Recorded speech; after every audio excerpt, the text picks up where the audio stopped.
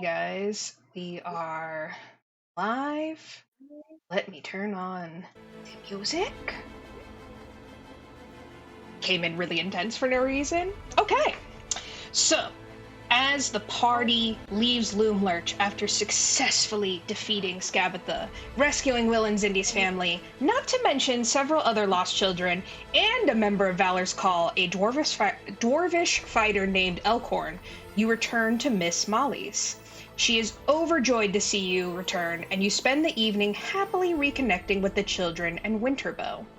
Molly seems a little starstruck over the legendary hero Elkhorn, and Meow Wolf and Blanc share a moment together swimming while they watch over Bastion and Snow Thistle.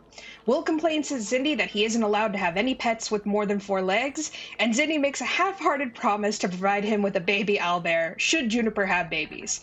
Unbeknownst to Will, Juniper has no intention of breeding since she is gay, but that is a story for another day. Alestra assumes that Zindi will come home to Schmoklin, and Zindi balks at this idea, especially since her entire childhood she was bullied by the other elves and doesn't believe Alestra that things have changed. Will is disappointed, but Zindi assures him that they will see him soon. In the morning, Meow Wolf says goodbye to Blanc and Bastion, who is loath to part the 2 albino frog familiars, but gives a message to Snow Thistle to pass on to Eliwick. Due to Meow Wolf's poisonous skin, they are unable to give a proper goodbye, but promises that they will be in touch. Sir Talvar bids you adieu for the 2nd time and mentions that you are always welcome in the Spring Court. Later, Alestra mentions that Eladon has indeed been crying all evening, and you carefully approach the crying rocking horse. While Eladon is clearly very upset at his new form, you do your best to convince him that going back to Lamorna is the best course of action, so she can attempt to change him back. At first he refuses, but Zindi promises to chop him up into wood if Lamorna no longer loves him, and he is unable to return to his true form. You begin to trek to the lake where you first met Lamorna and Harper, and upon your arrival begin to call on the unicorn with a beautiful song titled "Your Love is Here, but He Looks Weird." Lamorna appears and is ecstatic to be reunited with her love, and quickly dismisses any doubts Eladon had about their love. As they nuzzle each other, their horns touch, and with a little extra help from Molly, Eladon is returned to his true unicorn form, and Lamorna and Eladon are endlessly grateful. They are able to transport the children who were taken from the material realm back to safety at the Witchlight Carnival merely a few hours after Klarga was returned.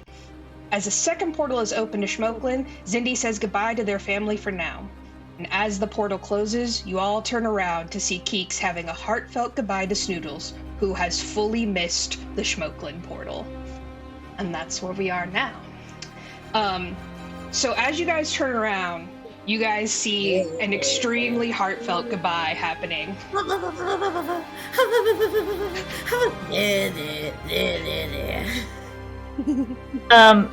Zinji's watching this and kind of like is surprised by a tear coming to her eye a little bit, but like she kind of brushes it away, but does turn to Harper and say, "Man, this might not have been a great idea." Oh, jeez. It's actually quite beautiful. I think I'm crying also. Oh. Well, oh man, I look up, Zindi looks up and pays attention to her family leaving and wave. "I love you both! All sorry, new dad." They wave, the portal closes, and you see them fade, and Keeks and Snoodles do not notice at all as they are wrapped in a tender embrace, crying on each other's shoulders. Meow Wolf.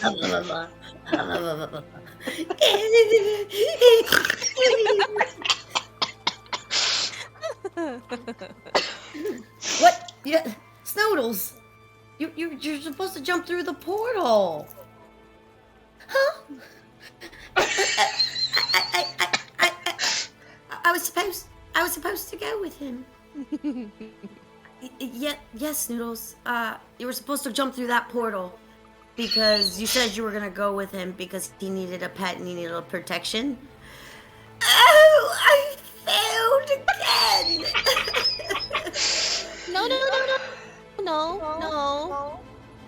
You did not fail. You sure that I didn't fail again? Zindi face palms and laughs a little bit. Oh man, buddy. No, Will will be fine. Honestly, I think Craig will be happy that there's no pet. And you're not really a pet, my dude, I guess. You're more of... A prince. I was gonna say friend, but a prince indeed. That's how they treated me in the palace. I see, and that's kind of how you kind of got this whole way. Uh-huh. It's kept me alive so far. Well, I'm happy to be here with you though, Zindi. I think I can say the same. I guess Zindi kind of cringes a little bit at the laugh. Yes, I am too. You know, I love the family I'm related to, but I really didn't want to go home because it never really felt like home, and especially after I left, I knew it was the right decision. But we've been traveling together for so long, guys. It kind of feels like home's right here. Well, I would say I'd feel that way too, Zindi. I don't know what I would have done if that old cunt had gotten to any of us. Amen, Keeks. That... I don't say the word. You're like, that hag. You hear a loud belch in the background, which is Elkhorn.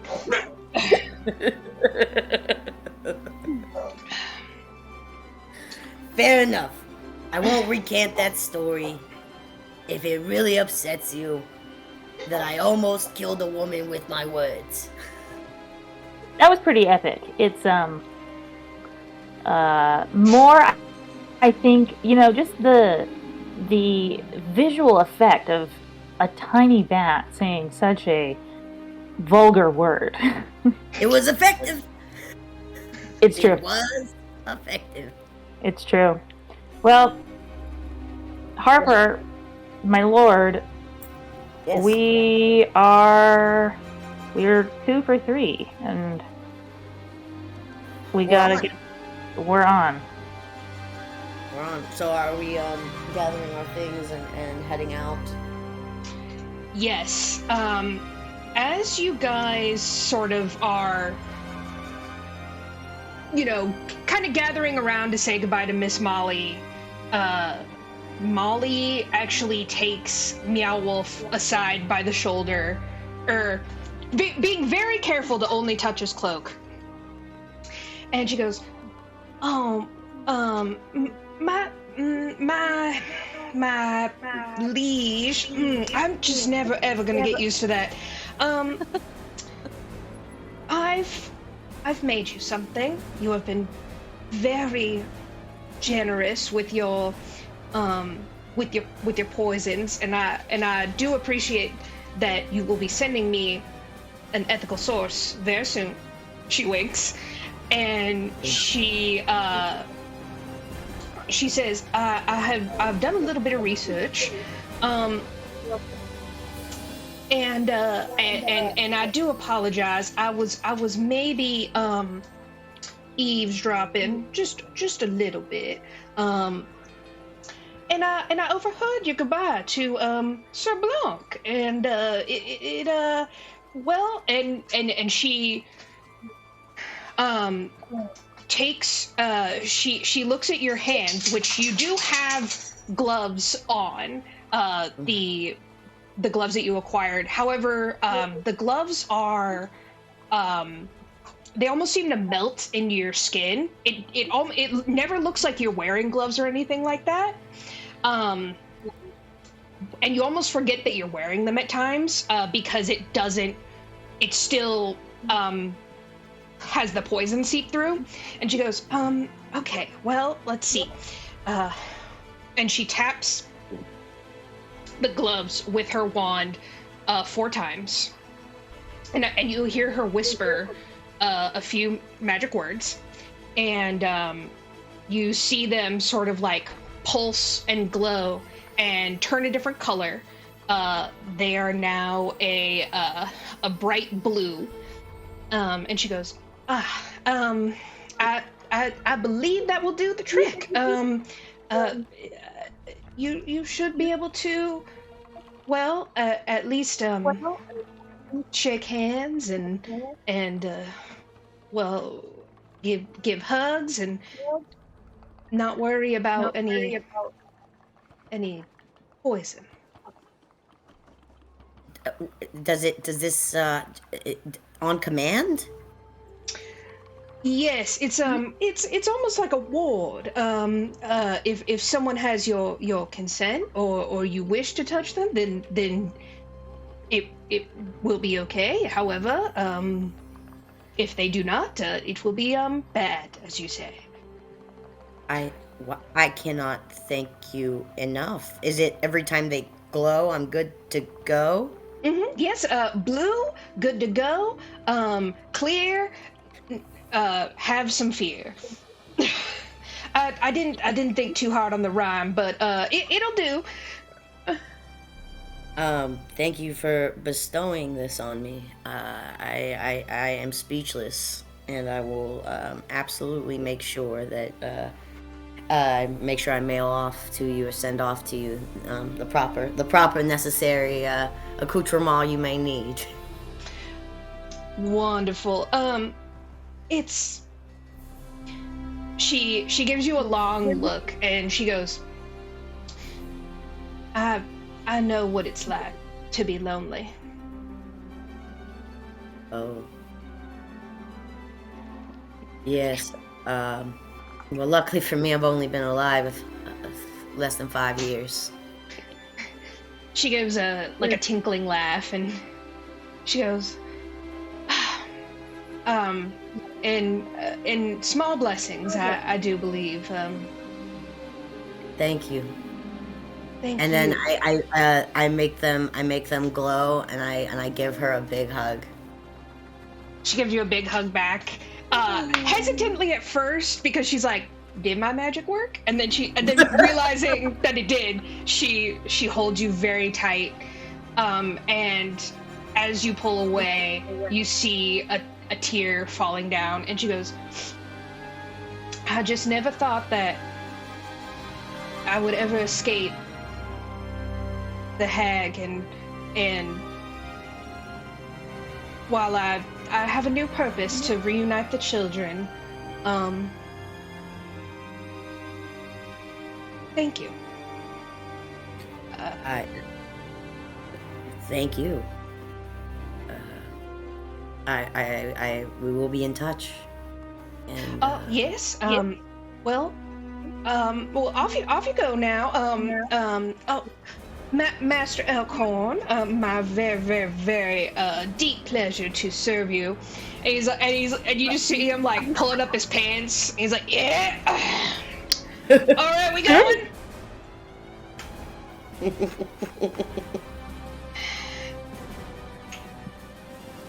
Oh, did it cut out? Nope. I think I was just loud. You see Eladon and Lamorna smiling at you guys, and they go, it's very, very dangerous in Yon. It's been a long time since I've opened a portal there. I'm gonna be real honest, I don't know where you're gonna come out. I'm gonna try and get you like in an appropriate area instead of like on the side of a cliff, but just no promises. Oh boy. Okay. I turn to Junebuggy. Catch me. Yeah. Meow Wolf grabs Keeks, puts him in his little pocket, And then Keeks yells out of the pocket, Snoodles! Snoodles! Grab your tail! Snoodles rolls up as a little ball.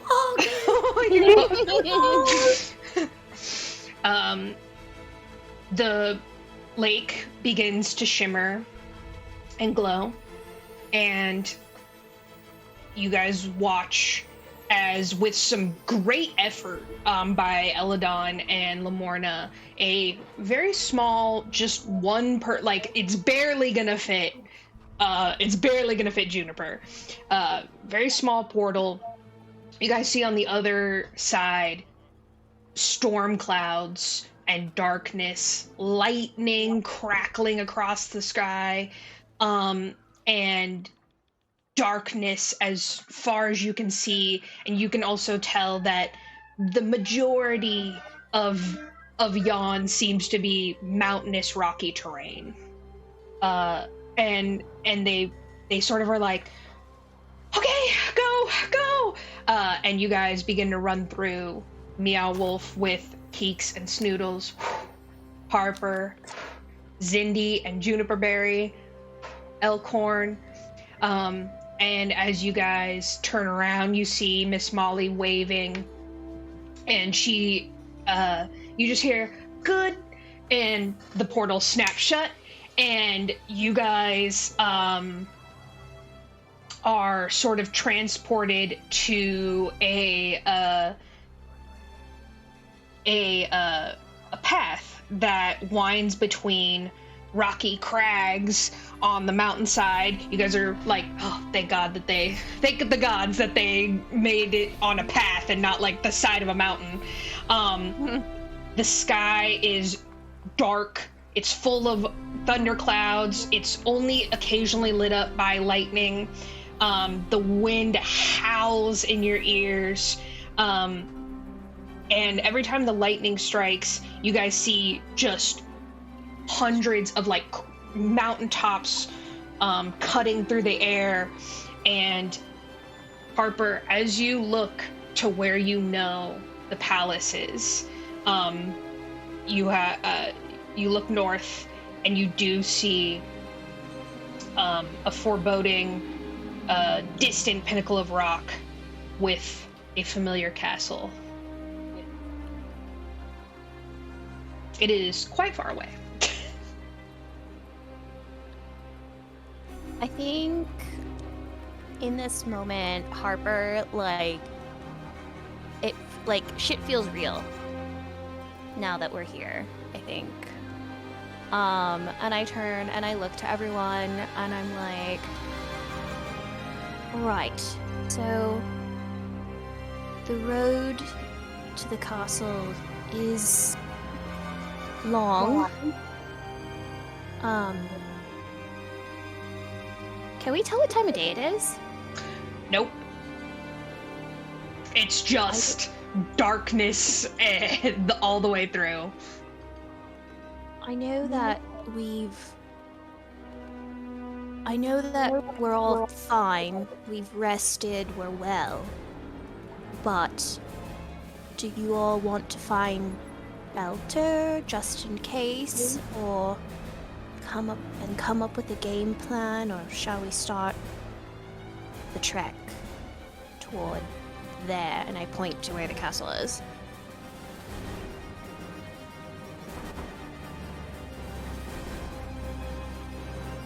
What do you all think we should do? Would you mind refreshing me on the two options of which we can go? I'm popping you guys onto the map as we speak. Oh, fantastic! Thank you. Thank you.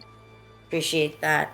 So if it doesn't automatically pop you guys in there, just refresh your map.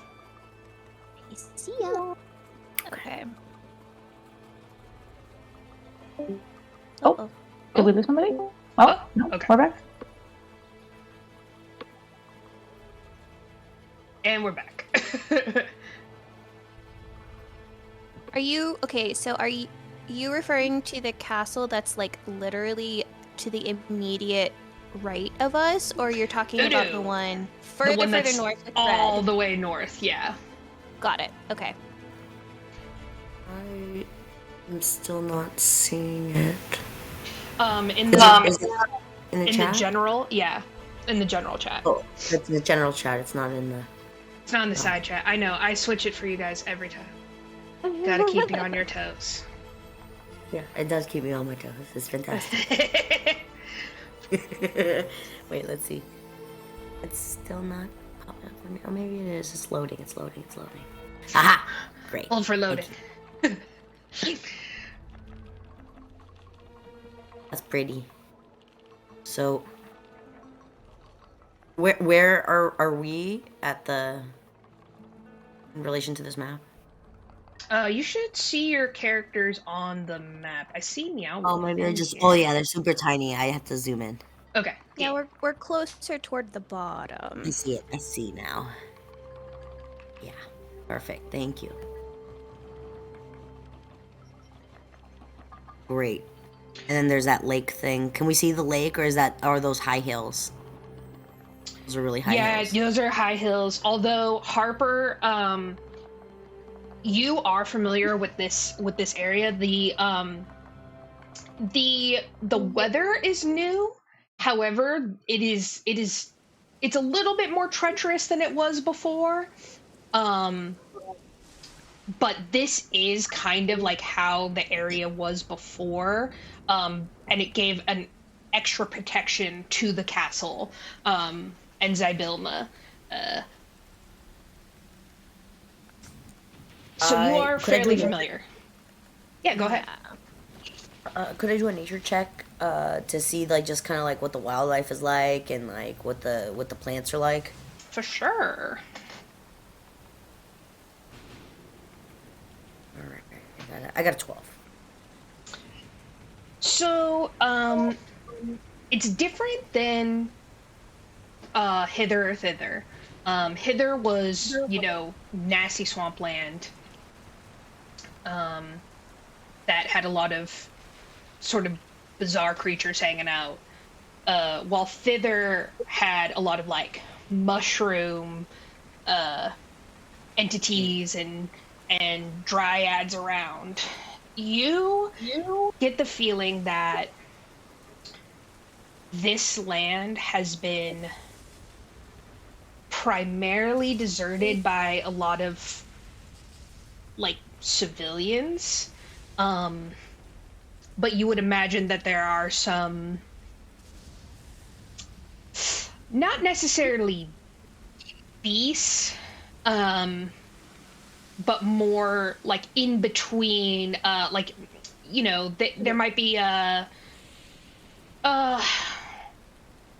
some sentient but not uber intelligent creatures. This area seems particularly harsh, just like the feeling of doom is heavy in this area. It's probably the worst feeling out of the other two. The other two were more uncomfortable, while this is like you are wet, it is dark, and you have a feeling that the rain and the darkness never let up. Okay. Well, Harper and Zindi, where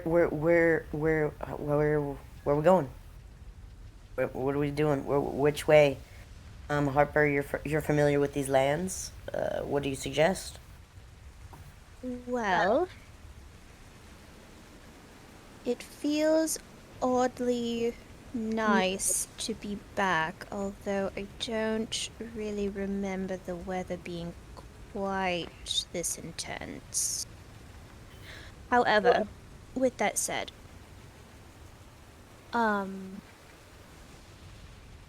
really, it's entirely up to you both. Do you want to try and make a camp and come up with a game plan? Or would you rather just trek on now? Towards the castle? Yes. Can I do a either, I guess, a perception check or an arcana check. I just kind of want to, like, see what I can see around. Yeah, give me a perception check. Okay. 16. Okay. So you do notice as the lightning flashes across the sky, you do notice something interesting. You see these like massive. I guess from here you would kind of think that they were statues, but they seem to glint in the lightning. And some of them are like sun-shaped and a couple are moon-shaped.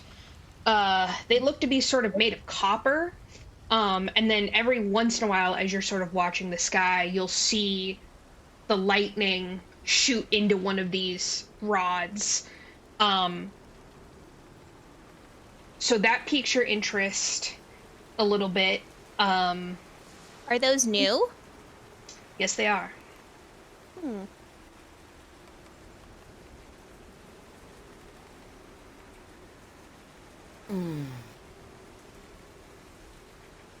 But other than that, you just determine that you're basically in a valley. Yeah, and okay, cool. And we both only Harper really knows the way to the castle. Yeah, you see Elkhorn just be like, it's been a couple hundred years since I've actually been to the palace, so I don't actually remember. Well, Harper, I think we should take your lead, and so we can end this disastrous weather, which I find quite nice because it's wet. You see Snoodles is all about it. Yeah, Snoodles is just like honking around, like just kind of splish splashing. Juniper looks less than amused to be hella soaked. You see her just like she has like one of those like faces, and she just keeps like ruffling her feathers like every once in a while. But she doesn't complain. She just is like. Now, is this a tropical storm or is this a cold storm? Oh, it's so cold. It's freezing. You guys are deeply uncomfortable basically 5 minutes into this. Okay. Except for maybe Meow Wolf and Snoodles. No, we don't like really cold stuff. Oh, okay. So we're tooting around, but it's still not as pleasant. It's not great. As tropical weather. Tropical weather would be like, we're on vacation, y'all. From where we are currently at, how many days travel would it take to get to the castle? On foot? Yes. Ooh. You would imagine close to a week. Okay. Oh my. Wow. And then, I mean, obviously, if we find someone to, like, caravan us or anything, that would change some stuff. Perhaps, like, I let me know if I can see this, D, but can I see the lake that is past the woods, D? Like, is that visible to me? I'll say that you guys send Keeks up to sort of like scope out like some of the areas since Keeks can fly, and Keeks does report that there is a lake like not too far from you guys. This would be a point of interest for him since he's like Meow Wolf loves lakes. Got it. So sorry, just for orientation for me, real quick. The like big thing with the lights that's behind us, is that the castle we're going to, or no? What's that? No, that's just no, that's something else. An interesting rock formation. Okay, cool. So, Keeks comes back, and I say, "Hey, Keeks, what'd you see by the lake? Any people by any chance, or is it just us out here? Do you want me to roll Yeah, perception? roll a perception for old Keeksy. Yeah. I'm referencing something that is on the map, so I don't know if that's actually there. Oh Okay. yeah, no, it is. But Am I able? Do we have a quick link to Keeks's yes, let me stats? snag that for you.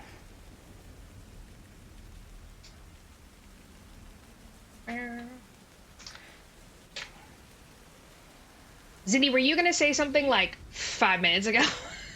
I forgot to circle back around. I don't think so. You're Probably. like, no, I don't remember.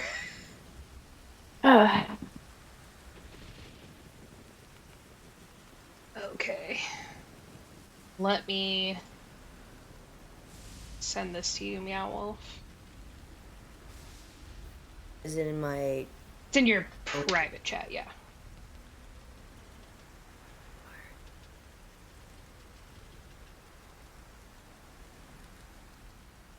Not in direct messages.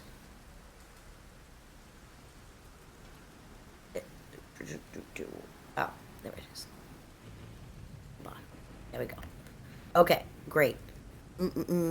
Dex, strength, wisdom, charisma. It doesn't have for that type of check.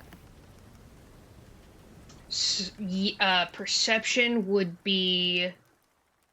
It has Wisdom. Wisdom. Okay. So it gets +2 to that. Yeah, +2. So I'm just gonna add the +2 here then. So I'm gonna roll a d20 +2. Oop, no, that's not what I want. That's not what I want at all. How do I not do that? How do you make it not roll 4? Huh. Okay. I keep on pressing the thing to make it change the number, but it's like just adding more d20s to it. Oh, like I see what you're saying. 11. I Yeah, like think 11 d20s. if you exit out and then you press the d20 once, it should do it. Let's try it again. Let me. Okay, try that again. Boom. Okay, yes. Okay, +2. Sorry that took so long. That was annoying. Okay. Okay, 13. So yeah, so Keeks is like, yeah, you got a lake, got a cool rock formation over here, maybe some lights. Kind of hard to tell. Any people do you see up there? People, yeah. He's like right, and he like flies back up, and he sort of over, and he comes back and he's like, you know, I haven't seen any. Well, I guess our definition of people is broad. There seems to be like some figures over there. One looks like to be a overgrown dandelion. And maybe an elf. Oh, and a giant bee. That bee almost came for me. Okay, a dandelion? How giant are we talking? He's like well, he looks at Elkhorn, who's probably like 4.5 feet tall, and he's like, smaller than this guy over here. That's not comforting, Keeks. He didn't know that to be normal, though, right? You're Or a is that talking also bunny. new to me? You're a talking bunny, and you're in the company of like 8 talking animals. Like, it wouldn't be abnormal. What I'm saying is, like, do I know that to be like a normal thing for Jan, or is that also new? Yeah, like, there are all manners of creature in the Fae. Like, very possible that someone, like, enchanted a dandelion and enlarged it. Very possible that you know said dandelion. You're trying to, like, rack your mind, like, did I know a talking dandelion at some point? 10 years. Who's to say? Who's to say? All There was a right. lot of people going in and out of the court. Mm-hmm. So, Okay, well, Keeks, that was really useful. Did we, are we gonna go, talk to them? I think we should go make the trek to the lake. Sounds Okay. good. If I can recall, if we go over in that area, there is an entryway that leads, a path toward the castle. So that would be where we would need to go anyway. All That's right. That's all you need to say. Snoodles, we got a pool party. Let's go. Snoodles guys- waddles over. You guys make your merry Is the way. pool gonna be warmer than out here? Probably not. No, I don't think so. You guys spend the next hour or two kind of making your way across the hills. It is arduous. You guys, it is like the rocks slip under you. Even the most acclimated to difficult terrain and stuff are having real issues sort of navigating this. Elkhorn definitely loses his footing multiple times, carrying a bunch of stuff with him. But as you guys sort of come across the lake, you get a really good view of one of these giant copper statue things, and you guys also notice across the way a caravan of some kind and a shadowy figure.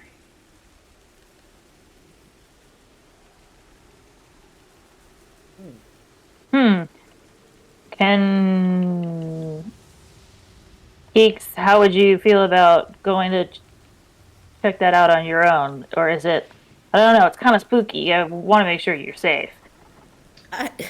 Yeah, I'm pretty squishy. I can fly above.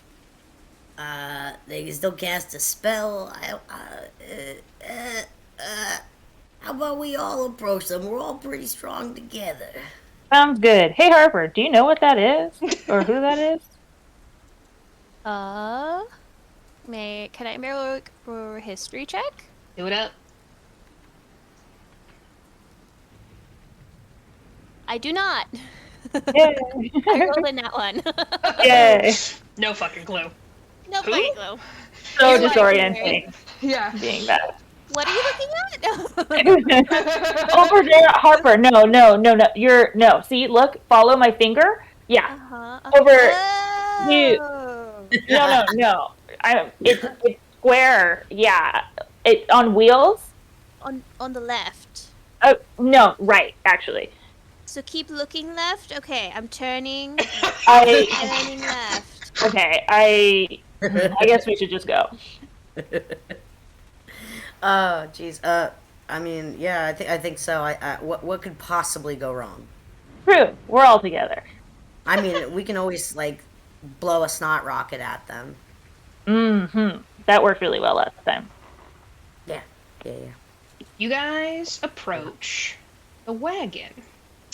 You very cautiously actually take the long way around, and you try and watch as closely as possible to try and glean any information from it before you're fully on, in its vicinity. You guys, as you guys come closer, you guys notice it's a wooden wagon, and it's sort of trundling along at kind of a just normal 20 feet pace, 20 feet and the wheels squeak even above the rain. The figure that is beside the wagon is tall, and you can't see their face because they wear dark long robes and a cowl. You guys notice that the wagon is painted with stormy, windswept landscapes, very reminiscent of Yon. You guys see that a black curtain is in front of the caravan.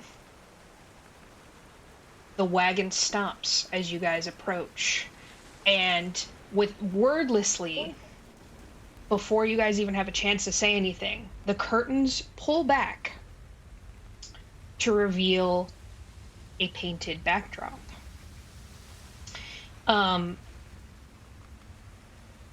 You guys recognize that the backdrop looks a little familiar, and you guys sort of ascertain that it reminds you of Thither, but after you had defeated the hag.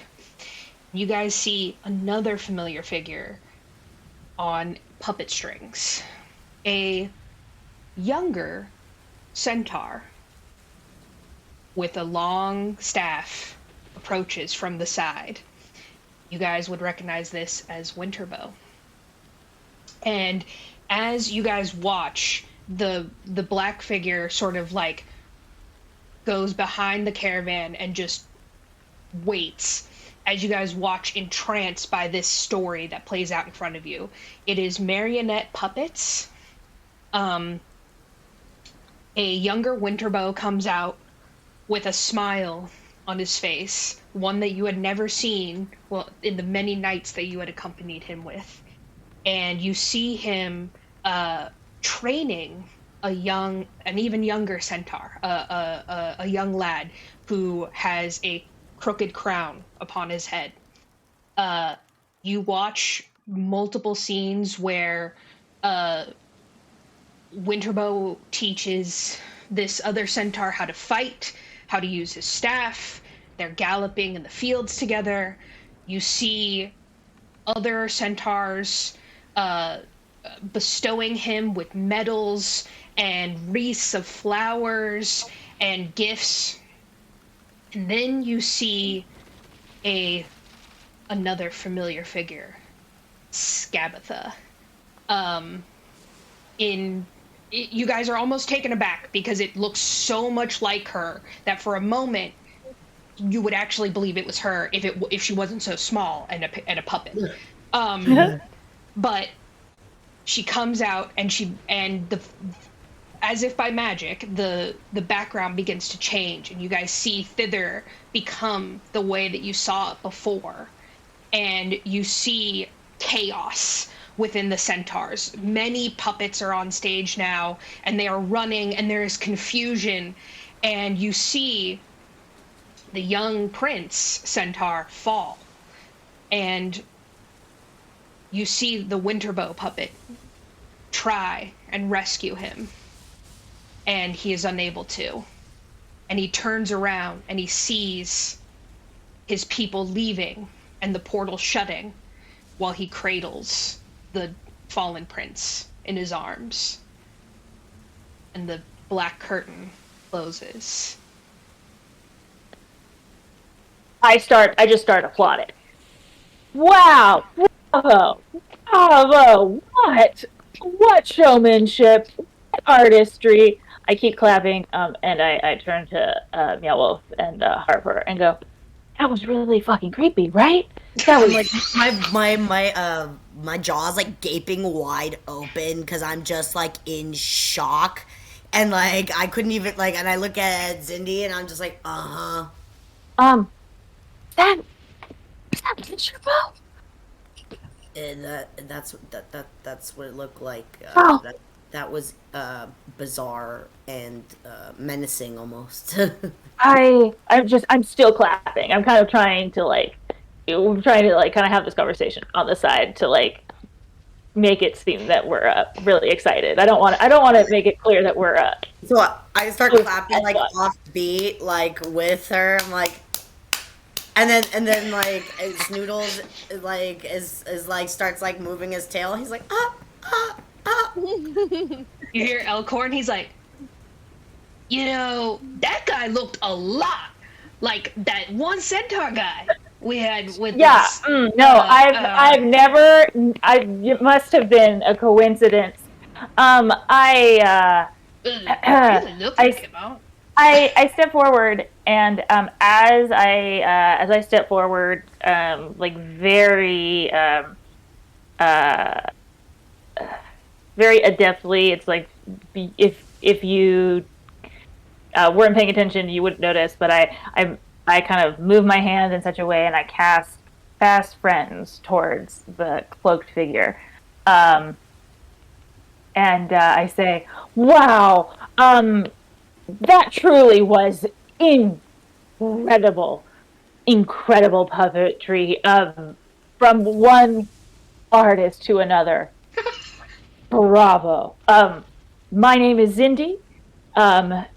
This is Harper, and of course, your lord, His Majesty, and our companions, Juniper Berry, Keeks, and Prince Snoodles. Pleasure to make your acquaintance, and I bow. Hopefully, all of this is getting this person in good graces. They do need to do a wisdom saving throw. In the background, like, you hear Keeks trying to whisper into Meow Wolf's ear, I don't know what the fuck that was. Also, Zindi, while this is happening simultaneously, can I just check to see if my dagger is glowing? yeah, absolutely. Make a sleight of hand check to do it sneakily. Where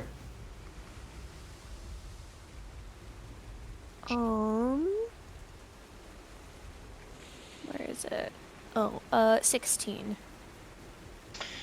You check your dagger, and it's glowing faintly, or humming faintly, which sort of indicates like a general danger, but no, like, it's not registering this figure as dangerous. Okay. Zindi, as you are the closest one to this, the figure takes a step towards you, reaches into their cloak, and presents you with a stack of envelopes. Huh. I kind of look up from my very deep bow and flash a charming smile. It dings. It goes ding. And I say, "Oh, envelopes! How delightful!" And I don't make any moves towards the envelopes. I just acknowledge them. Elkhorn comes up and he's like, "Okay, free stuff, here we go!" And he snags the envelopes out of it, and he's like, "Oh shit, these are also fucking creepy as hell. Oh, is this me?" And you guys sort of gather around Elkhorn, and you guys see that each envelope is personally addressed to each of you, including the three familiars, and they are very eloquently written out. So Snoodles, it says like, "To His Royal Majesty Prince Snoodles." For Meow Wolf, it says, the Witchlight Monarch, known as my liege, His Royal Highness, etc., etc. Harper, it has your full title that you used while you were in court, and on each of the envelopes, there is a painting of a tiny puppet, each resembling you to a T. It is unmistakable that these are you, that the envelopes are made for you, and that someone took great time to get your exact likeness. And as you guys are looking at them, the envelopes sort of unfold, and each of them say the same thing. Good for one private audience with Endolin Moongrave. No strings attached. And as your guys' attention turns back to the hooded figure in the caravan, you realize that they have disappeared, and you've seen no sight of them anymore. Oh man! I hate it here. Oh, that was terrible. Harper, this is where you're from? Or were you just scared all the time, or is this not how it used to be? How it used to be. I mean, people would come and give invitations all the time, get people coming and going, but it was not this spooky? You know, I do a lot of impulsive things. But grabbing envelopes from an unbeknownst cloaked figure in the middle of an eerie forest does not strike me as the type of thing I would do. And I look at, give me his name again. I'm like, Elkhorn's literally just like, he like spits on the floor. He's like, achoo. I look at him and I'm What? like, bud, you can't just be grabbing stuff from cloaked figures out of nowhere, man. It could be poisoned, it could be trapped, you can get us killed. I mean, I know that I can be doing stuff, but we can't have you just grabbing stuff from cloaked figures, my friend. Okay. I see the line of thought here. I mean, Like, say you grabbed it from me, you'd be poisoned. I see your point. I mean, clearly these are for us. I mean, was that a show though? That was good. That was good. I mean, I gotta hand it to you. There was a great sense of performance. A little too good. I mean, how did the paintings were just extraordinary. And the choreography, I really salute that. Yeah. Wow. I look at the letter. Sorry, real quick meta question. Yeah.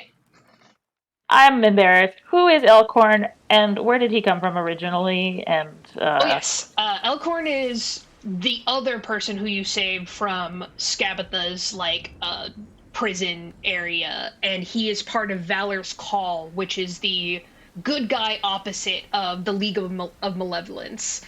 Okay, thank you. Yeah. Was someone else saying something? Oh, I was gonna.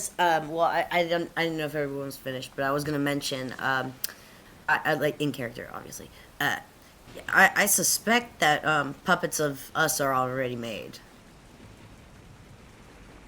I mean, look at the detail on these. I nod. Mm-hmm. Look, they even got a mole here. It's just my exact mole. It's amazing. Man, magic is fucking crazy. We did have those small figures of us back at Scabby Scab's house, remember? So I wouldn't be surprised if there was something similar here. That's a great point, but man, this is I feel like it's better. Are puppets a thing here? Is it like a cultural thing? Heritage art form? I mean, listen, the hags obviously have some kind of weird thing with toys and puppets, and I don't know. They've been weird, but I don't know if it's a. He looks at Harper and he's like, I don't know if I would say it was a cultural thing.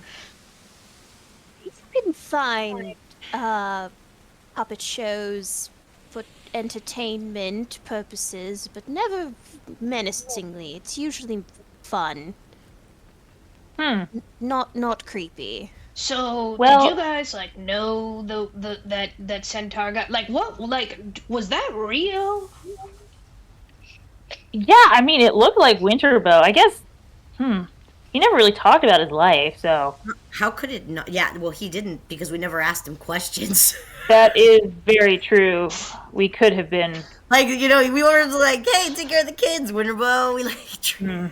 Yeah. Well, all I'm saying is, he didn't really see it. Like I can see why he maybe is a little sensitive around the kids. It seems like some shit happened. Wow. Oh, Winterbow. He was pretty quiet.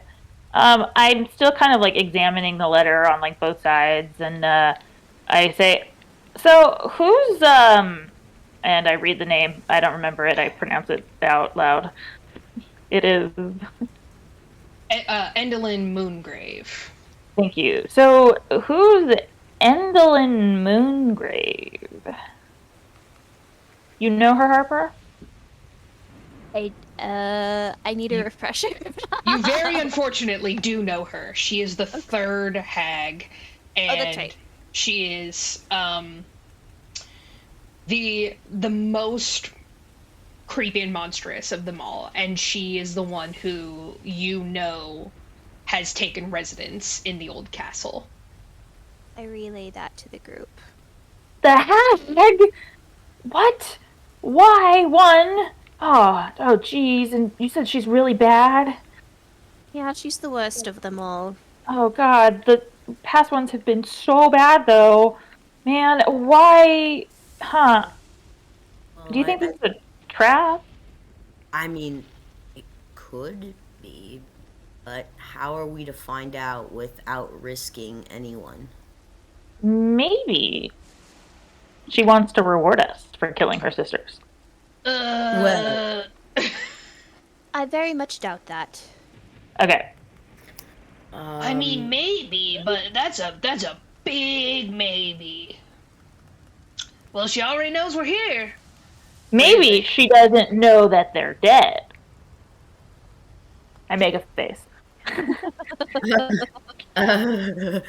Oh, shoot. I don't know. I mean, if My shoot. lord, you're family. I know I am. Oh yeah! I'm her brother-in-law. Was it? As like many times removed now. Yes.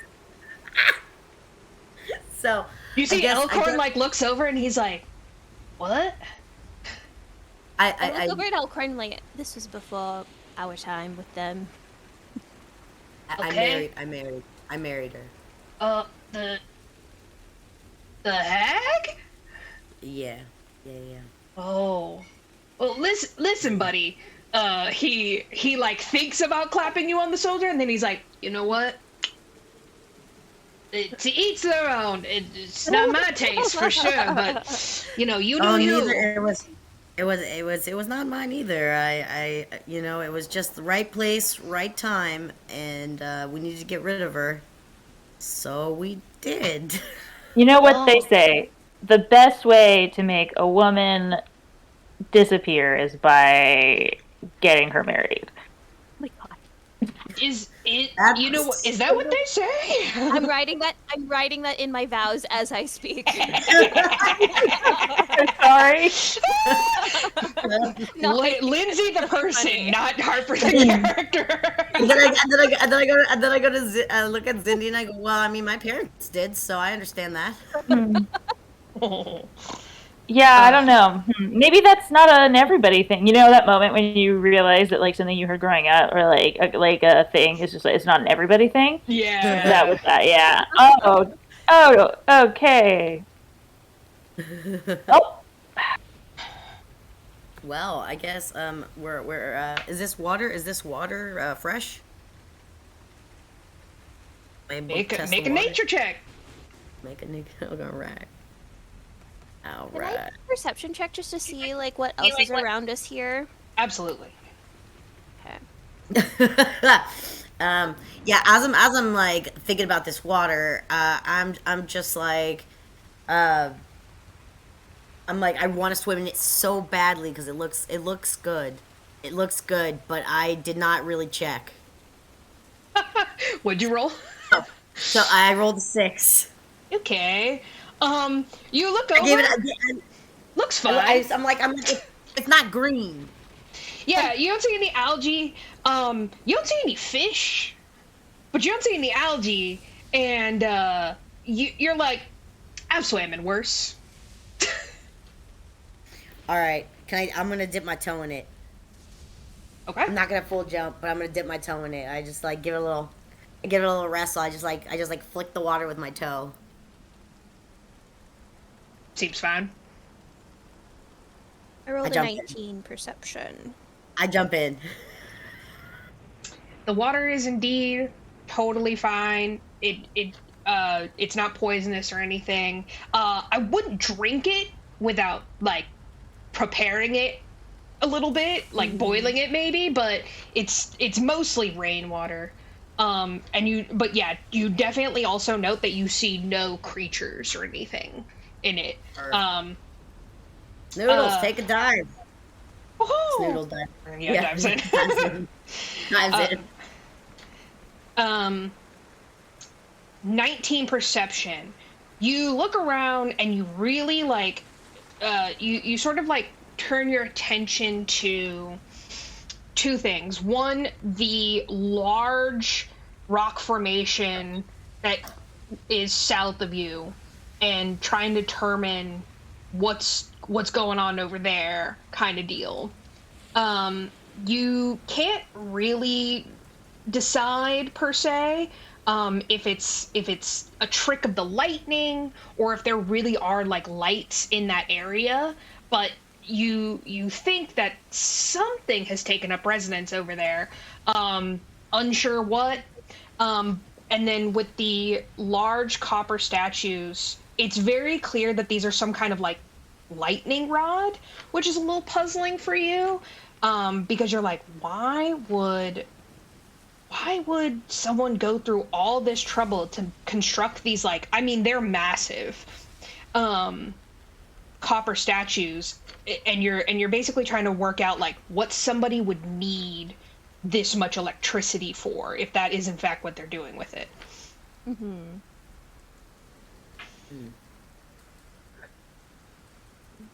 Oops. Whoa. Let's see.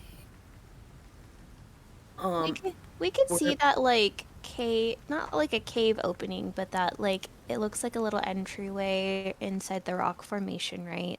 Like, Are you north talking of about us. near the ruins? That what looks like the ruins? No, like, so Oh where we're yeah, the at... little like path. Yeah, absolutely. Okay. You know that is like the path, like part of the path that will lead you to the castle eventually. Is that like an entryway to like a cave, or is that just... No, it's just a path. Oh, okay. Are we gonna continue on the path, or are we gonna explore upwards, or what are we thinking?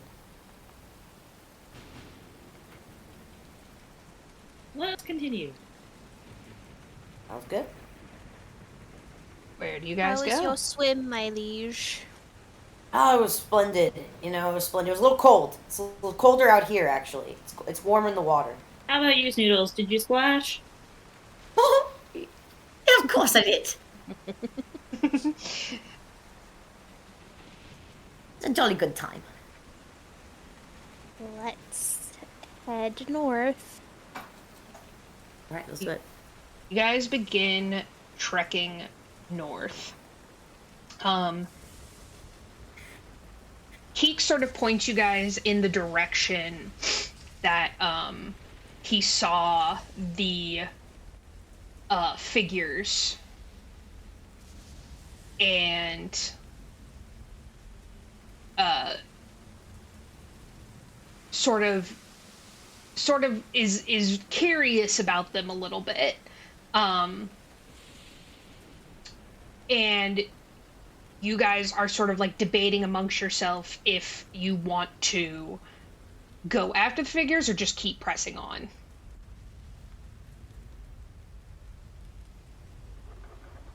I'm sorry, could you say that one more time? So the figures that Keek saw earlier, the oversized dandelion and the They're right over here.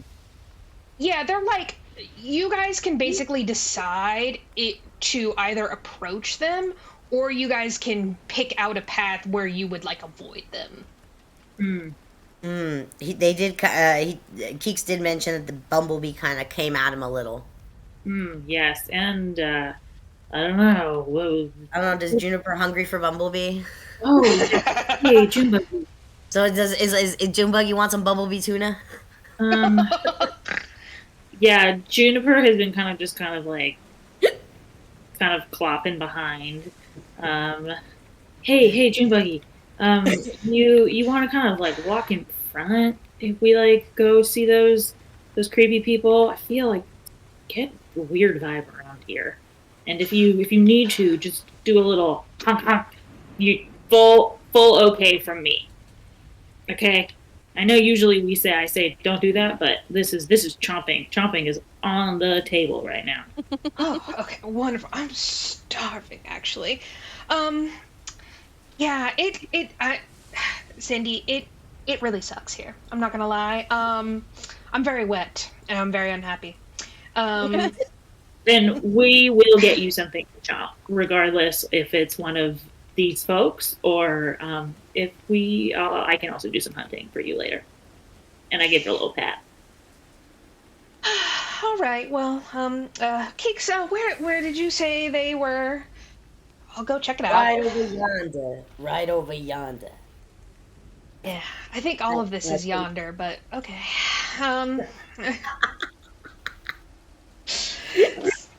Hey, hey,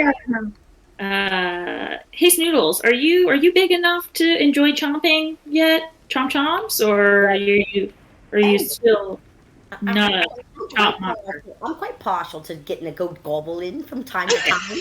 Okay, if anything looks chompable, I think that you should go chomping. Gobble, gobble. Dude, dead. Okay. So, Snoodles and Juniper sort of like pace a bit ahead, and with Keeks' direction, they sort of approach the overgrown dandelion and the very large bee. As you guys watch from like maybe like 100 feet back, and you're sort of like, okay, well, what's going on here? And as they approach, Juniper and Snoodles and Keeks get a much better look at them. And so the dandelion is about 3 feet tall. He does have a small rapier like strapped to his stem body, and the honeybee is about as big as Keeks, which is massive. Yeah. And then you guys also notice that there is a slender female elf. Go ahead and make a just Meow Wolf for Keeks. Make a history check. Go ahead and use your history check because I don't think I've updated Keeks' intelligence from when he was awakened. And his intelligence is not with us today. It's a 5. He's like Why would Keeks know history? Human history. I bet he might know some bad history. Well, so he's like, he doesn't recognize this person, but yeah, the slender female elf seems to be wearing an interesting sort of crescent-shaped moon mask. And as the familiars approach, they call out to the familiars, and you see the dandelion sort of like pose, and he goes, "Hail, good citizens! Who goes there?"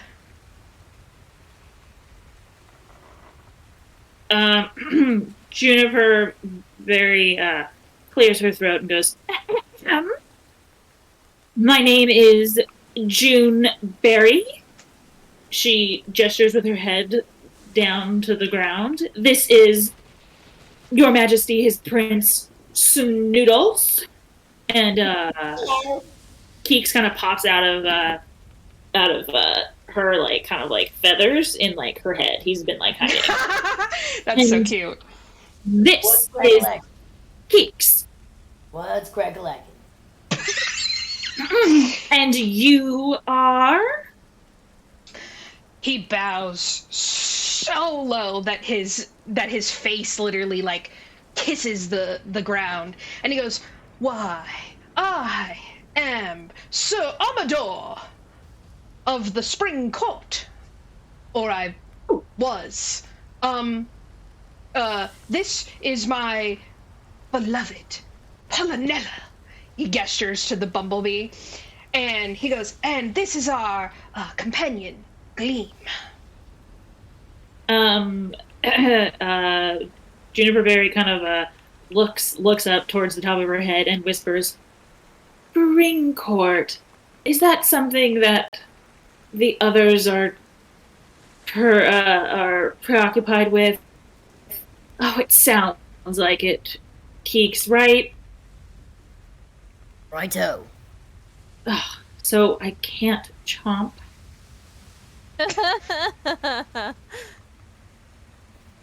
We can't chomp.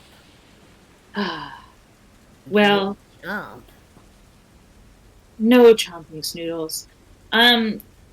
Juneberry is, although very annoyed at not being able to chomp, because they seem fine and not threatening, very annoying.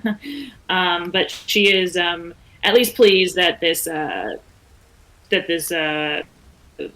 kind of annoying person is at least showing the proper amount of respect for a creature of hers. I think Zindi sees the kind of creature bow and kind of seems like things are looking good.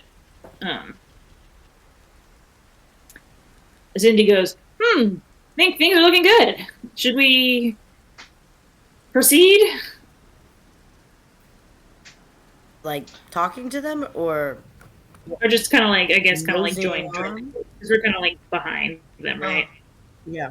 I guess they're not gonna eat them. Okay, well, whatever. It's the first people we've found, besides that weird, creepy shadow guy. This is true. True, maybe they should have eaten him. I shouldn't have tried to be nice. We can always eat them later.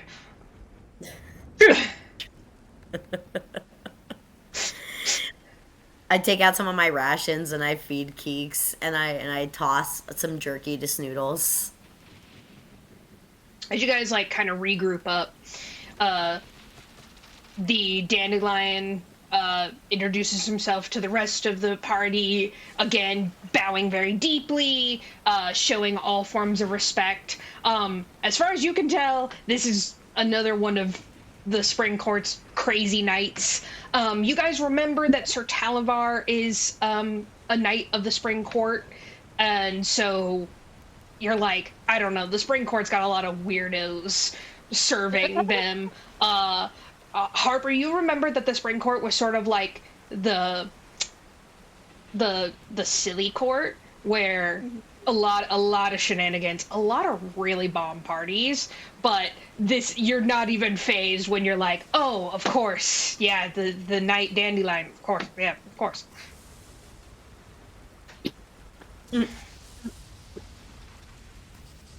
I think I bow to Sir Dandelion, and I'm like, it is such a pleasure to make your acquaintance and to see such a familiarity here on these roads.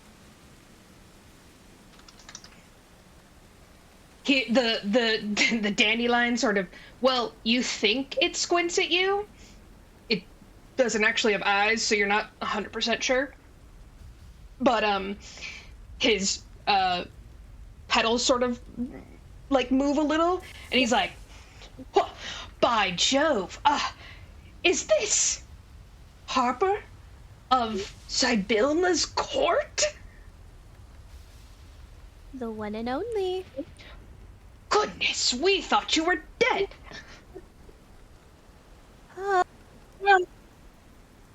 Close to it a couple of times, but I'm still here and I'm still kicking. Oh, this is wonderful. Is there anyone left of the court? I do not know. Oh, well, listen, I had to, save my beloved Polynella from a horrible, horrible Cyclops who is around here somewhere. And, well, our poor Gleam, well, she has a bit of a bone to pick with Endelin. You guys notice that as lightning crackles across the sky, that Gleam does not have a shadow. Zindi, make a history check, please. Ooh, sure.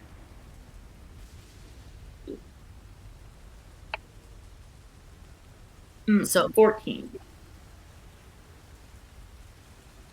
So you get the more you look at Gleam, the more she seems familiar, and you swear that you've seen that mask somewhere before, and you're kind of like, I just can't put my finger on it. And then it comes to you that you have seen that mask before while you guys were hunting down Kettlesteam in the Witchlight Carnival. You ran into basically minions of the three hags, and Gleam bears a particular resemblance to what you can only assume was Endelin's minion. Strange. So this person who is friends of this knight of the court appears to be identical to a former minion. Mm-hmm. I don't know what to make of that. Yeah, that's kind of confusing. She is very shy. She speaks the least out of everyone. Polynella also doesn't speak. You guys are fairly certain that she is just a large bumblebee, but you guys don't want to tell Amador that. He seems to be able to speak to her, and Keeks certainly is having a very nuanced conversation with her. But in sort of like chirping, squeaking noises. Incredible. he can still speak his native tongue. Yeah.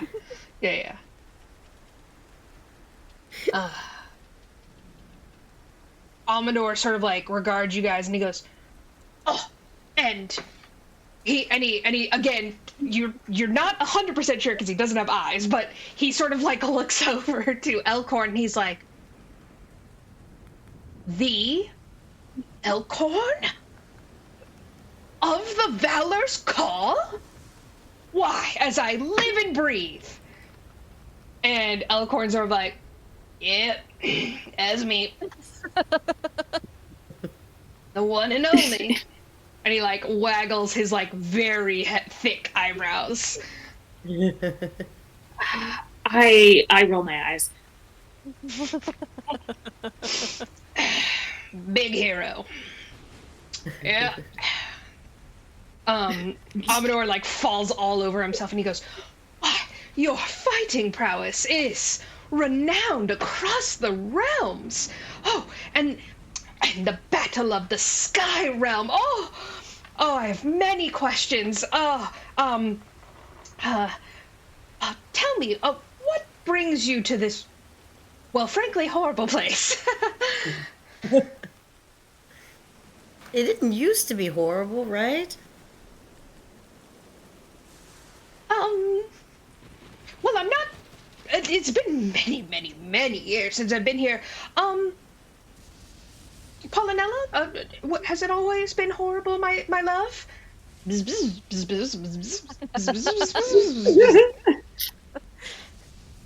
I see. Yes. Yes. Polynella says that the weather has been awfully terrible lately. As Keeks gets a gander at the communicational exchange, he goes, hey, so is the obvious the pollination? Does the pollination happen? I just need to know. You're so big. You're so big. Oh my god! Wait, dying Jasmine just understanding that this is it's a relationship between a bee and a dandelion. Yes. Yes. Correct. Incredible. Yes. I was a little bit confused by the dynamic, but it's making more sense now. You see, Polynella starts being like, bzz, bzz, bzz, bzz, bzz, bzz, bzz, and like making a lot of interesting motions in the air, and Keeks is like, fascinating.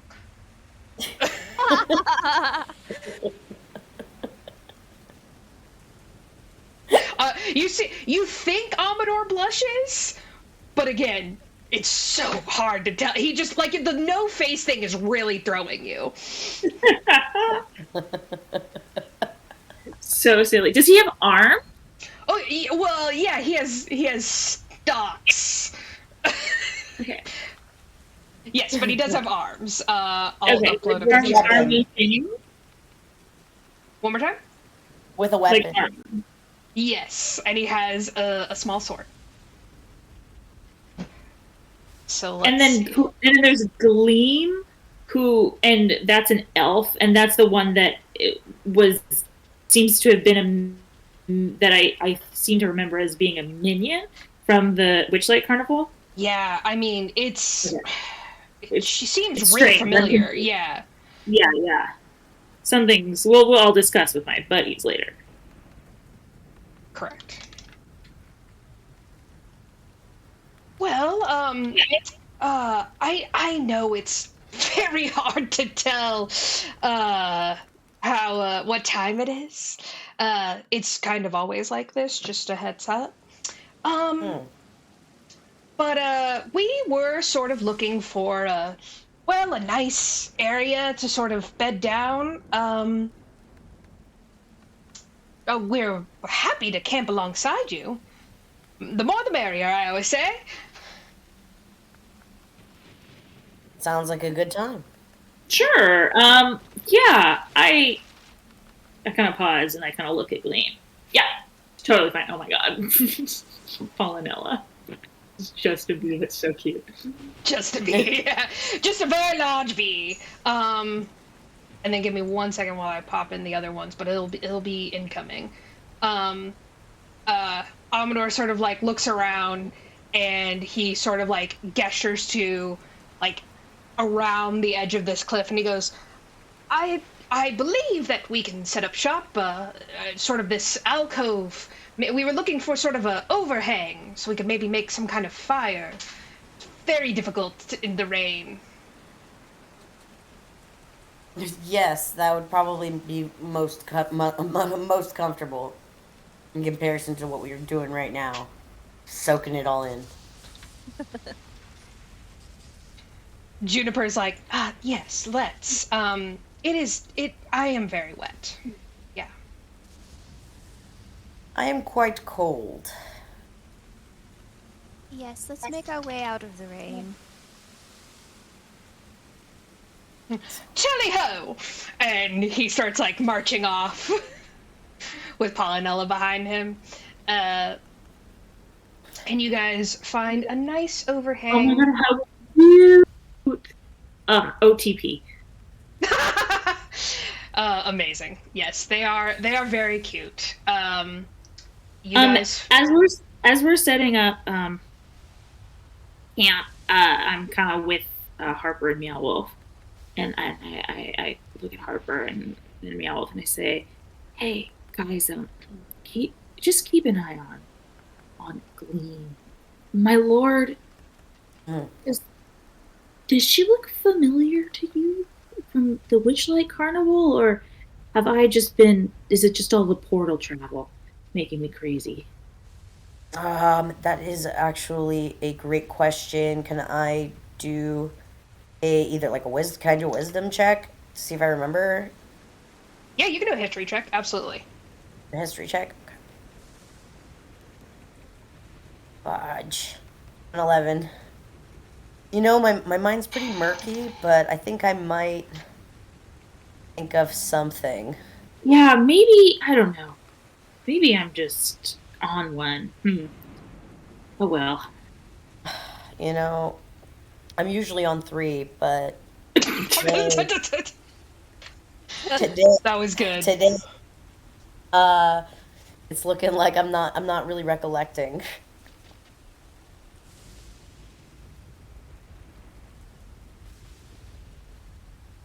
Okay. You guys Yeah, just I see get Gleam that. sadly, like, helping with the fire.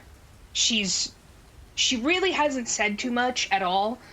She makes, small conversation with Amador, small conversation with Elkhorn, but she doesn't seem, like, overly forthcoming or anything. I don't believe she's on the map. Oh, my bad. Hold on one And sec. if she is, she blends in real well. One moment.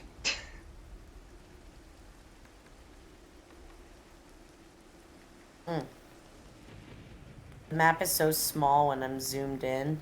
And then, like, I zoom in and I'm like, oh, there we are. Everything is huge. Yeah. Here she is. Yeah, I have to, like, I zoom in on the map and stuff. She has like a sadness about her almost. Who notices that?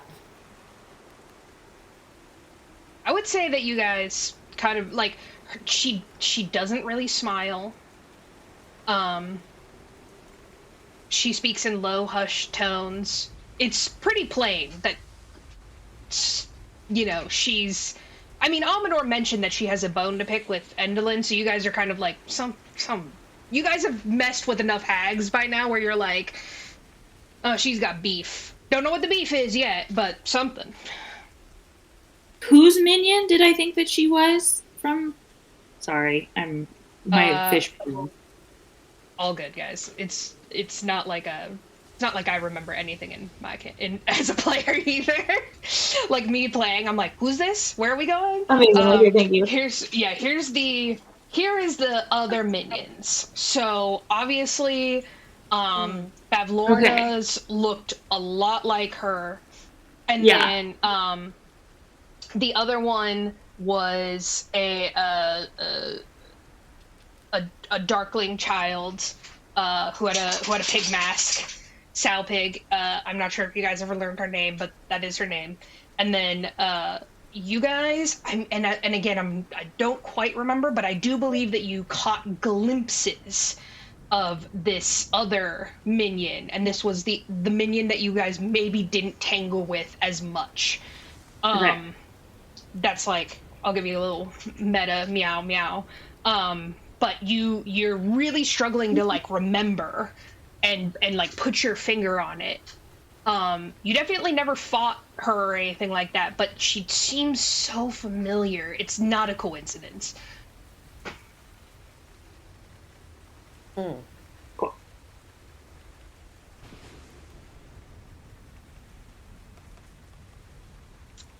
As you guys are like bedding down for the night, Amador's just like word vomiting his whole freaking life story for you guys, which is honestly a sigh of relief for you guys because everyone is so coy about their intentions and whatnot. You're like, finally, just like someone nice, finally. 3 frickin' realms to find someone nice. So Amador, tells you that he was on a mission to free Polynella, and he goes, she is a queen, and Polynella's like, bzz, bzz. And and he goes, there's a horrible cyclops who roams this land and was captured my beautiful queen. And he like reaches a stalk out and like gently pets her face, and he goes, and well, while we were returning to the spring court, well, we sort of ran into Gleam here, and well, I decided to help her since her story is very tragic. he sort of like looks at Gleam a little, and he goes, not my story to tell, really, but well, I'll be honest, we're a little lost. Not very familiar with these lands, and well, it's very dark and rainy all the time. All the time? All of the time. Uh-oh, I like glance over at June Buggy, and she's like glaring at me. Yeah. She's really angry.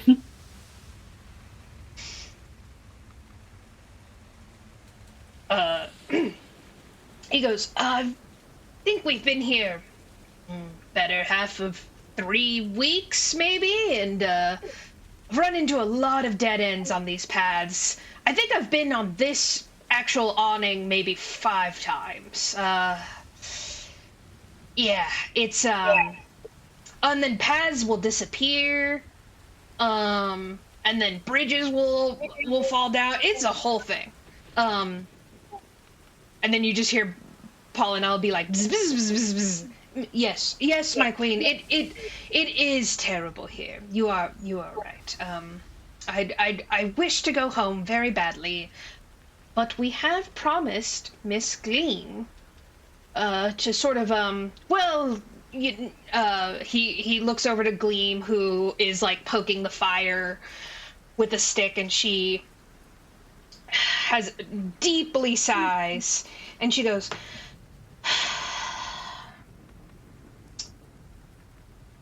Endolin has my sister. Oh?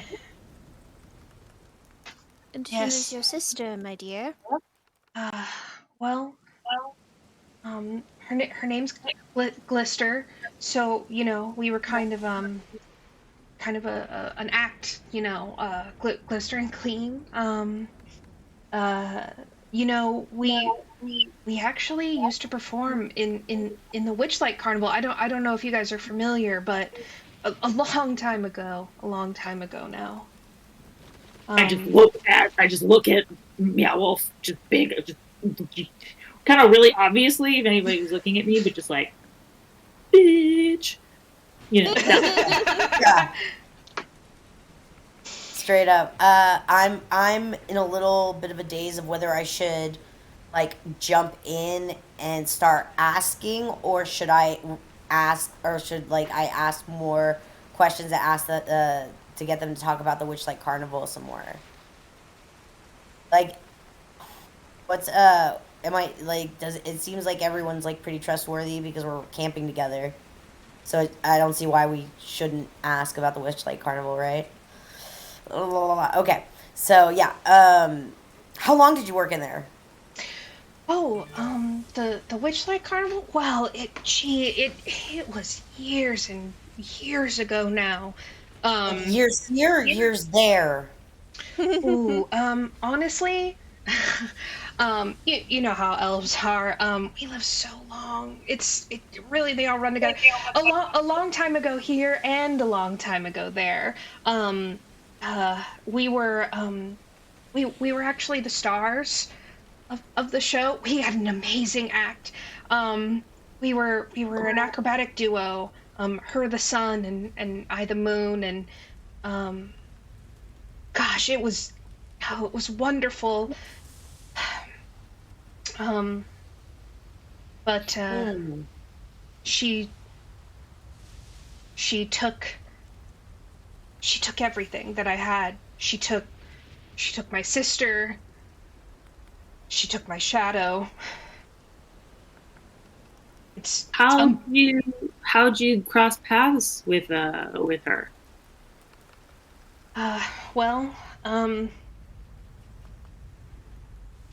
Glister and I thought it would be keen to retire, or at least take some time off, and well, we wanted to see our family in Fey Cisco, and so when we returned, everything was fine. Everything was great. And one day we got these invitations from this Endolin, this Moongrave, and we were like, what an amazing opportunity. Maybe she has her own show in the Feywild, and we got really excited because, you know, oh gosh, that would just be so, I mean, the Witchlight Carnival was the crown jewel of the material realm, but to perform in the Feywild, wow. So we went, and it wasn't a great opportunity. It was a trap. She had other plans for us, and I barely escaped with my life. And I hate myself every day for leaving my sister. I would do anything to get her back. You said an invitation? Oh yes, it was very strange. It was a stormy night, much like this. Well, all the nights are stormy. But a mysterious figure with a caravan, all black robes, very very creepy, honestly. And well, he showed us our life. He showed us every performance that we had. He had these amazing little marionettes of us. We thought it was so enchanting. We were so excited to work for something like that in the Feywild. We thought, oh, maybe we can incorporate the marionettes. Gosh, we were stupid and naive. And he handed us these invitations. Oh, I might still have mine somewhere. She sort of like rummages around in her bag. She produces an identical to y'all's same invitation, again with a perfect replica of Gleam as a marionette on the front. They are I forgot to mention this, the marionettes on the front are animated, so they're like moving pictures. Oh, geez. That's cool. You see that Gleams is tumbling and tumbling through the air and like catching herself on the ropes, and it says the exact same that yours reads, which is good for one audience with Endolin Moongrave, no strings attached. And she points to the envelope and she goes, huh, no strings attached indeed. That's, well, frankly a lie. It was very clever to trick us. We were so foolish.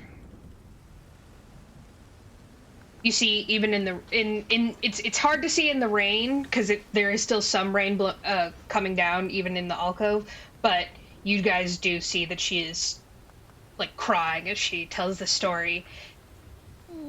And you see Pollinella comes over and like brushes away a tear with her bumblebee fur and goes bzz, bzz. And Amador pats her gently and he goes, there, dear. I know. We're going to get your sister back, I promise. No family left behind. That's what I always say. So are you guys going to the hag? Sounds like? Well, yes, that is the plan. However, we are very lost. And also, he like leans in very close, very scared.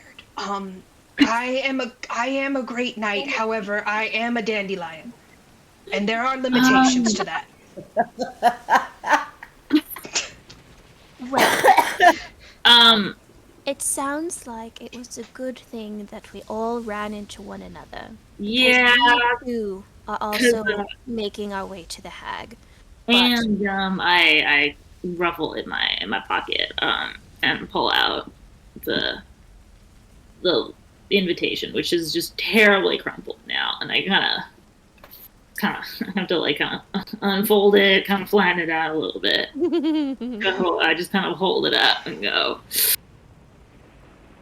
yeah, we Oh well, dear. Well, I show mine as well. Oh. Well, It looks like she knows that you're already here. This is how it starts. She has plans for you once you enter. She'll know everything about you, your whole life. She'll know just what button to press. Oh. Even mine? Keeks pops out. Even my buttons? I am but a bat from a cave. Gleam looks over, completely unfazed, and she goes, "Did you receive a letter?" Was there one for Keeks? Yes, there was one for all of you, including the familiars. Keeks never opened his. Well, yeah, I suppose he doesn't. Oh. Well, he has hands, I Yeah. suppose. Well, he has like tiny little bat hands. Claws, like, yeah. But yeah, Meow Wolf pulls out the other one, and he goes, "Yeah, there was one for you." And he goes, "Oh." Oh. Do I have to open it? Do I have to open it now, or can it be just like an unpaid bill or something? Or it just like stays in a corner, and you know you gotta like look at it, but you go and you don't. Don't ask me how I know about bills. I am but a bat in a cave. Yes. I don't know this Bill you speak of. He sounds very annoying, but I would surmise I would think that they all say the same thing, judging on everyone at this point has like all their letters out. Amador and Polynella don't have one, but everyone else does. Yeah. Oh. Well, what a damn ominous letter this must be. Hey, look! There's a little me in there. It's quite like. Gleam looks sadly on, just like, oh dear. She will know every embarrassment, every failure, every joy, every precious moment that you ever experienced. And she'll replay it for you, and it can either be your dream. He even captured my rugged charm.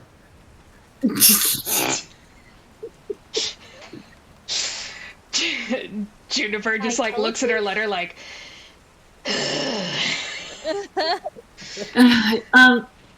can you read, Junebuggy? She sort of like looks a little bashful, and she goes, you know, I wasn't gonna say anything, but no, I can't read. I don't know what this says. I just assumed it said what yours said. The letters look similar. Yeah, the intelligence only gains speech, not the ability to read. That's okay. Your pattern recognition is fantastic. You did definitely identify. We can talk about reading later. Okay, I wink. You'll teach me how to read? Yes, of course. Okay, wonderful. Yes, I'd love to read. Oh, Molly had so many books. We kind of chatter on the side. Yeah, like, and everyone just, you know, Amador like jumps in. He's like, I love to read, and Gleam just goes back to like sadly poking the fire.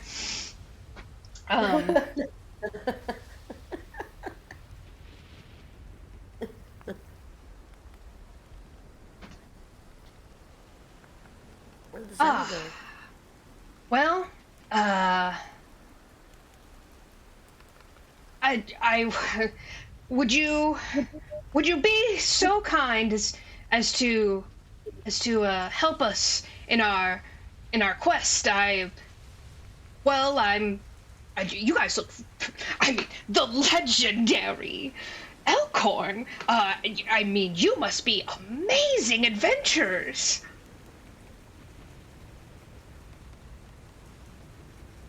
Thank You guys sit rain-soaked and sopping wet. looking rather worse for wear. Thank you.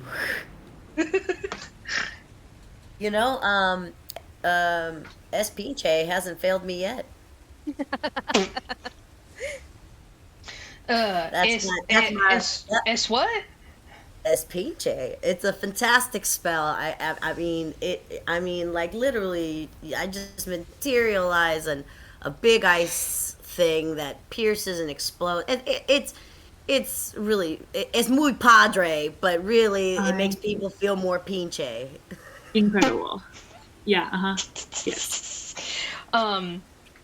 You guys quietly sit around the fire and chit chat a little bit longer. And eventually it gets fairly late, and then Amador goes, "We do have one piece of knowledge that we believe that could really help us here. Endolin seems to believe that she will perish during a eclipse. You guys look up in the night sky and notice there's no moon here. There's no moonlight or anything like that. That's why it's so dark." And he goes, not entirely certain how she did it, but somehow she banished the moon from this realm. I don't know, magic's crazy, like I said. She still believes that an eclipse can happen, and we think, now hear me out, a symbolic eclipse will do the trick. Say more. Symbolic eclipse? Well, we think, and he looks at Gleam with the half crescent moon, and he goes, we think that has something to do with the twins, with the sisters. You see, Glister is, her mask is the sun, and I think that Endolin believed that they were some sort of mark of the end, and that's why the hag decided to separate the elf sisters. We're really going on a full lark on this. I mean, we're really grasping at straws, but this is really all we have. But we think that the hag doesn't want them together. Like, she could have found Glean by now, but she's made no attempt to recover her. So tell us about your act, Glean. Did you guys have something did you have an eclipse part of your act? Oh, yes, we sort of did an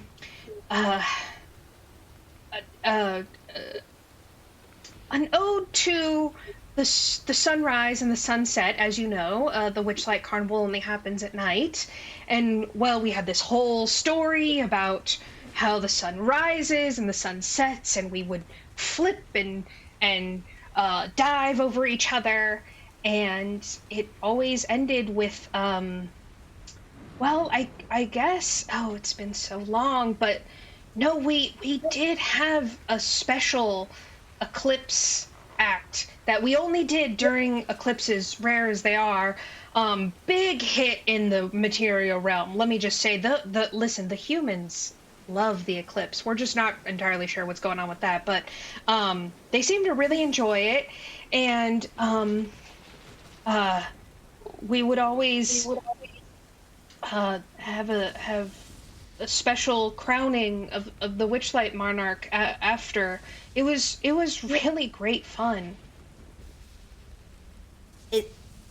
Speaking of that Witchlight Monarch thing, does that happen on your unbirthday?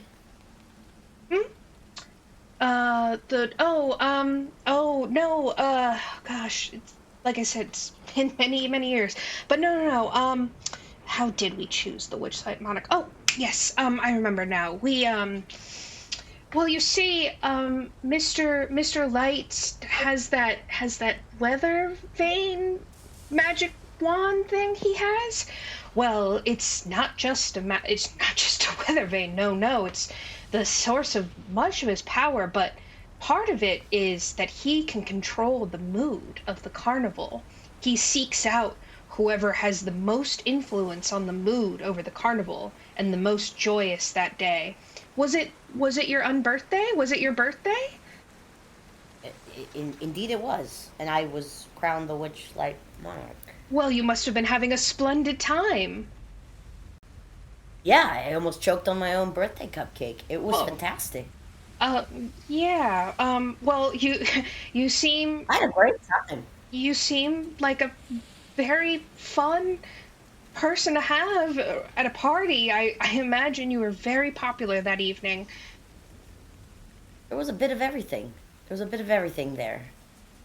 We got real small, we got real big, we rode gooses. A good time. Is Featherine still there? Featherine. I go into my memory base. Featherine was the talking swan boat. Who Yes. was the granddaughter of the Lady Duckington, correct. Yeah. Lady Duckington. Yes. Yeah. Yes, she was there. Oh. Hurley is going to be so happy when we tell him. This like perks up your guys' ears. You guys remember Burley, who was the bugbear who helped you get into the tent area to sort of like blackmail Mr. Witch.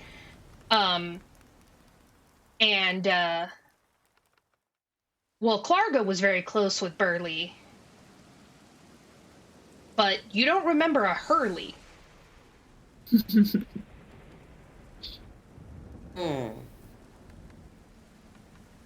Who is Hurley? Oh, well, he, she gets, like, kind of shy again. She's like, he is, he's a bugbear. He and I worked at the carnival, well, some time ago. He also has a twin brother, Burley. So, you know, it was kind of fun because we were both twins.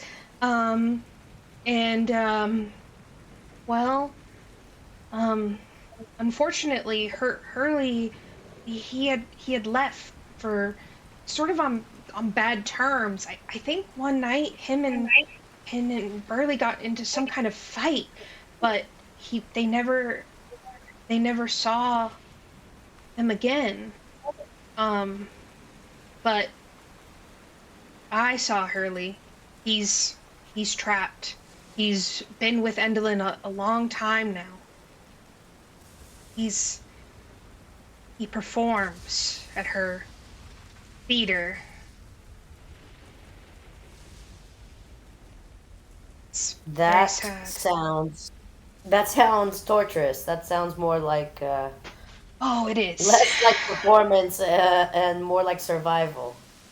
You're spot on. Yes, I remember now. My liege. Yes, I do remember that very fun trait of the monarchs. Yes.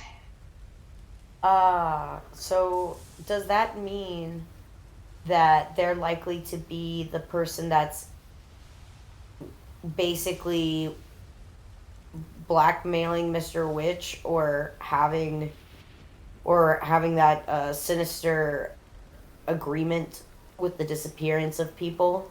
Have you seen the disappearance of people through the carnival when you were Oh. there? Well, when I worked there, you know, there people went. People did go missing, but very infrequently. I did notice an uptick of participant, shall we say, when my shadow was parted from me. I believe she's out there doing nefarious things. God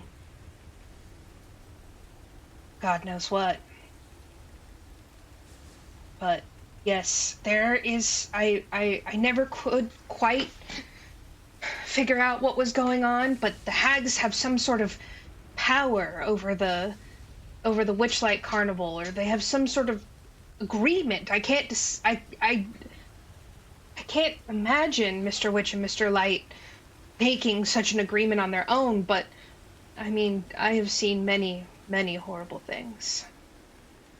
Nothing would surprise me now. No, I mean we've seen hags turn people into toys slowly and painfully. Oh, that sounds terrible. We luckily we saved this unicorn. I mean this poor when I tell you that nobody wanted to tell this poor unicorn how horrid they looked. Oh.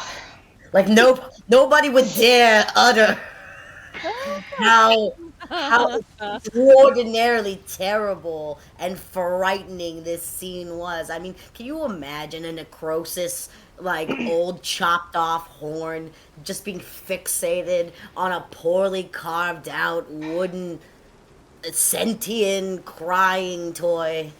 I nod. It was pretty bad. That sounds incredibly harrowing. She reaches out to touch Meow Wolf, and Meow Wolf looks up and goes, "Not as harrowing as Zindi promising to chop him up if he wasn't." Okay, don't listen to that. There's a lot of context missing here. We were trying to get him to calm down and move, and I was just saying what he wanted to hear. I wouldn't have actually killed the unicorn, guys. oh, everyone looks deeply uncomfortable with the idea of killing a unicorn. Never, wouldn't do it. I mean, in essence, they sort of already did by chopping off his horn. That's why he needed it reattached. We saved. Do you happen to think that maybe perhaps that the fact that he was turned into a toy kept him alive because his horn was already taken off, and the fact that we reunited him and the fact that he was alive because he was still a toy brought him back? Huh. Probably. Anyway, what a great dinner conversation. You just hear Elkhorn like slurping up some soup. He's like, good soup. I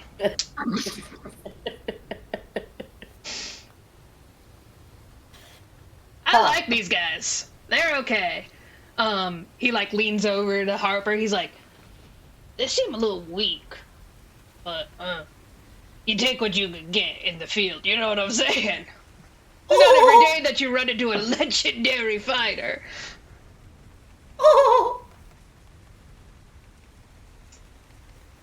Yes, indeed. I think that even though, they've been wet and lost, what probably seems like many days or perhaps weeks, it is good that we all... It's good that we ran into them. I think the larger our group is together, the better the chances are we have taking her down. That's what she said again. Elkhorn high fives Keeks. Incredible. As you guys sort of like wrap up your dinner and chat amongst yourselves, you guys sort of like bed down for the evening.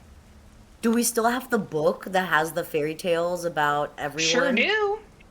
Ooh, I'm gonna bust that out. So like I'm like rummaging through my bag, and I'm just like, and I present them the book, and I'm like, look, we have this thing, and was very unclear to us as to what it means. And do you have any insight on this?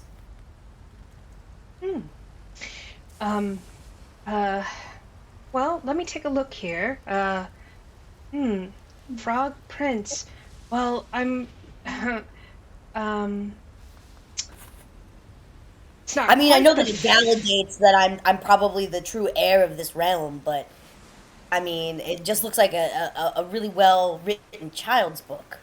Yes, it's certainly not the the tale that I grew up as with an elf, but she sort of like parses through it with great care, try and like block it out of the rain, while like Elkhorn and Amador sort of like look over.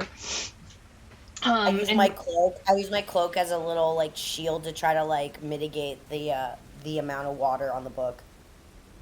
she reads and she sort of muses to herself and she goes, "Very interesting. Well, it's yeah, it is. I suppose you could say that this is a children's book, but it's very, very, very old, and well, she reads in Sylvan that she goes, see here, the three fates argue.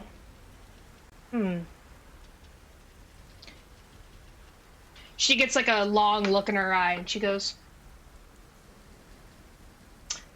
I always found it interesting that Endelyn seemed to know so much, and I never could quite figure out how she could do it. I do think that they are more powerful than they really let on. I mean, it's very interesting in the Fae because many things can be true at once. It does say here that an outsider could unite the realms. It also suggests that it's possible that the true ruler could be restored. It seems as if there are multiple paths. She hands it back. She goes, it seems like any fairy tale I've read before. It's just entirely too spot on to be something that was written so long ago. It is I mean, I very guess interesting. Bizarre coincidence so far, I guess. I wish I had more insight into magical affairs and but Thank you for looking at it at least, you know, because I've been carrying this thing around like it's not a child's book. Well, it is very old. It could be, you know, certainly there must be some truth in it or something. It's a known tale, but it's a little different here. Some of the words are different, but it's Anything irrelevant or anything that pops out? well, you see here, and she points to like a word in Sylvan. She goes, well, the tale is called The Frog Prince. But you see here, this isn't the word that we would use to refer to a frog, to be honest. It's not quite the same. What is the word referring to?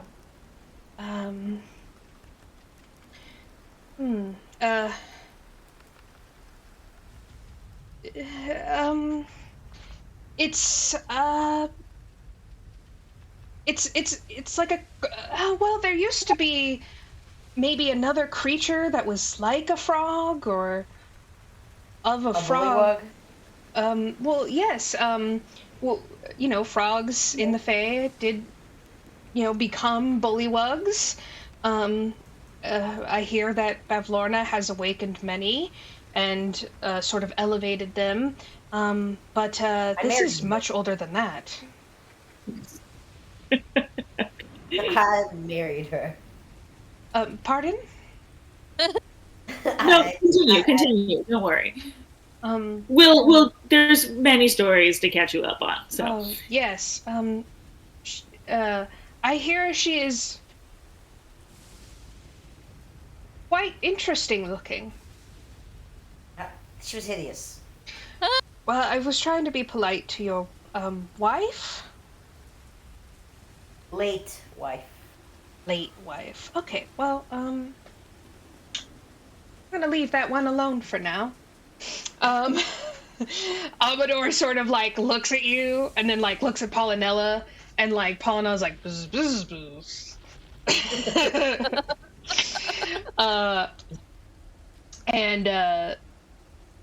bzz. She's like, may I hold on to this and just to read it a little bit more?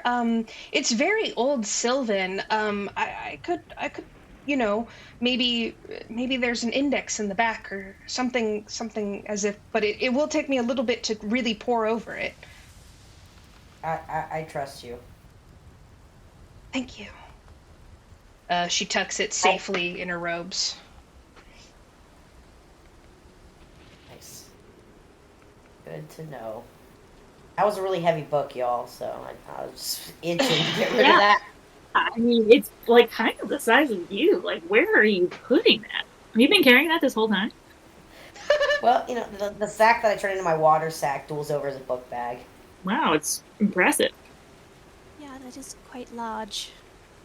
You hear Elkhorn like talking to Juniper, and he's like, "Listen, you don't need no reading, no book learning. I never learned how to read. And I'm 657 years old. Books ain't never did nothing for nobody." Oh my god. Now listen, I'll teach you how to swing a sword. Now that'll be impressive. An owlbear that can swing a sword, you'll be unstoppable. She's like not even like her body isn't even angled towards him. Like she's like really like it up. And she just kind of glances in his direction and goes, I have claws. That you do, and don't I ever forget it. I'm gonna go sit over here, actually. He cuddles up to Snoodles. Yeah, Snoodle's like, tell me more about swinging swords. I want to swing a sword.